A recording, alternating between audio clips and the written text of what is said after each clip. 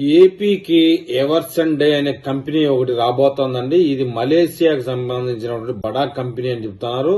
చంద్రబాబు నాయుడు గారు ఇప్పుడు సింగపూర్ లో పర్యటనలో ఉండగా ఈ మలేసియా బడా కంపెనీ అనేది ఆంధ్రాకు రాబోతా ఉంది. దీని విషయాలు ఇప్పుడు మనం పూర్తిగా తెలుసుకుందాం. ఆంధ్రప్రదేశ్ అభివృద్ధికి పెట్టుబడులే లక్ష్యంగా సీఎం చంద్రబాబు నాయుడు సింగపూర్ పర్యటన కొనసాగిస్తా ఉన్నారు. ఈ క్రమంలో ఆయన అనేక అంతర్జాతీయ కంపెనీల ప్రతినిధులతో సమావేశం అవుతా ఉన్నారు.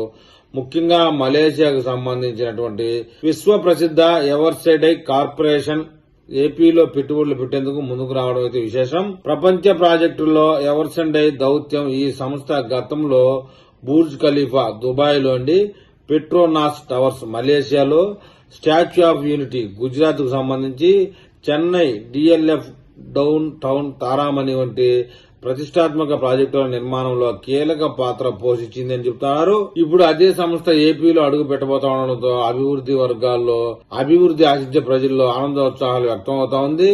Visakha Krishnapatnam fabrication factory Singapore లో సీఎం చంద్రబాబుతో భేటీ అయి ఎవర్సైడై కార్పొరేషన్ సీఎండీ తాన్ శ్రీ ఏకే నాథన్ రాష్ట్రంలో 2 లక్షల చదరపు మీటర్ల విస్తీర్ణంలో ఆధునిక ఫ్యాబ్రికేషన్ ఫ్యాక్టరీ శిక్షణా కేంద్రాన్ని విశాఖ లేదా కృష్ణపట్నంలో ఏర్పాటు చేయాలన్న ఆసక్తిని వ్యక్తం చేశారు. ఈ ఫ్యాక్టరీ నుండి దేశవ్యాప్తంగా ఫ్యాబ్రికేషన్ అవసరాలకు సరఫరా చేస్తామని ఆ కంపెనీ పేర్కొంది. అలాగే అమరావతి మౌలిక సదుపాయాల ప్రాజెక్టుల్లో భాగస్వామ్యం కావాలన్న ఉద్దేశం కూడా సంస్థకు ఉందని వెల్లడించారు. ఐఐటి తిరుపతి, త్రిబుల్-ఐటీ సిసిటితో పాటు కలిసి స్ట్రక్చరల్ ఇంజనీరింగ్ శిక్షణా కేంద్రం ఏర్పాటు అంశంపై కూడా చర్చలు జరిపాయి. తెలుగు ప్రజల ప్రతిష్ట చంద్రబాబు పిలుపు తన పర్యటనలో భాగంగా తెలుగు డయాస్పోరాతో సమావేశమైన సీఎం చంద్రబాబు ఒకరు తప్పు చేస్తే అది ఓ తెలుగు వ్యక్తి చేశాడని అంటారు.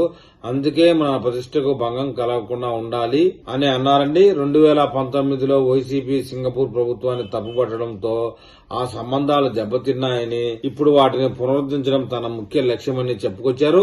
జన్మభూమికి సేవ చేయండి. ప్రపంచవ్యాప్తంగా 128 దేశాల్లో తెలుగువారు ఉన్నారని, 40,000 మందికి పైగా సింగపూర్లోనే ఉన్నారని తెలిపారండి. వీరి పన్నుల రూపంలో దేశానికి చేసిన కృషికి ప్రతిగా ఇప్పుడు జన్మభూమికి సేవ చేయండి.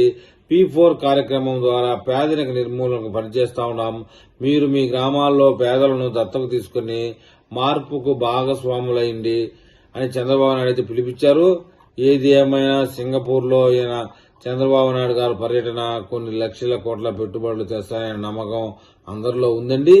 మరి ఈ విషయమై ఏపీ ప్రజలు ఏమని కామెంట్ చేస్తారో చూద్దాం.